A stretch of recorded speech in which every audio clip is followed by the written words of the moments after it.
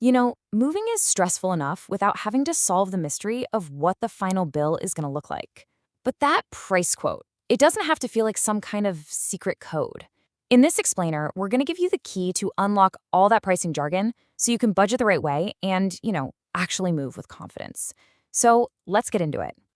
So, have you ever gotten a moving quote and just felt your eyes glaze over? It's filled with stuff like call-out fees, hourly rates, plus all these line items you never even saw coming. It's a classic frustration, right? And it leaves you wondering, what am I actually going to end up paying? Well, here's the good news. Once you know what you're looking for, it's really not as complicated as it seems. We're about to untangle this whole process for you. We'll give you the clarity you need to pick the right mover and, more importantly, dodge any of those nasty financial surprises. Okay, so when you start getting quotes, you're going to find that pretty much all pricing falls into one of two main buckets. And this first choice you make, it's probably the most important one because it sets the entire foundation for your moving costs. It really just boils down to a choice between flexibility and predictability. On one side, you have the hourly rate. With this, the clock is always ticking, but hey, you only pay for the time you actually use. On the other side, there's the fixed quote. That's a locked-in price that will not budge, for better or for worse. So the big question is, which one is right for you? This table really helps clear things up. See how the hourly rate is perfect for those smaller, local moves where you're totally prepared and ready to go? But the risk is also pretty clear. Any little delay and you're paying more. A fixed quote, though, that's your best friend for big or long-distance moves. It gives you that peace of mind, that budget certainty, even if you might end up paying a little extra if things go faster than planned. The key takeaway here is pretty simple. You've got to match the quote type to the job. All right, so you've picked between an hourly or a fixed rate, but that's just the start. That base rate, you see, it often isn't the final price. And honestly, this is where a lot of people get caught out. So let's take a look at the costs that might be lurking just beneath the surface. This is the question that keeps people up at night, isn't it? You've carefully budgeted for one specific number, but then the final invoice shows up and, whoa, it's way higher. Why does that happen? Well, it almost always comes down to extra charges that just weren't spelled out clearly from the get-go. This slide shows the usual suspects perfectly. First, there's travel time. Now that's the charge for the mover's trip from their base to you and then back again. Then you've got difficult access fees, which kick in if they have to deal with a ton of stairs or a really long walk from the truck. And it probably goes without saying, but professional packing or moving a special item like a piano, that's always going to be an extra line on the bill.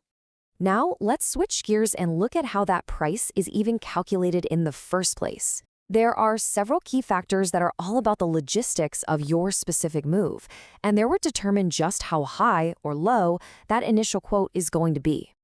The logic here is pretty simple. How much stuff do you have and how hard is it to move it?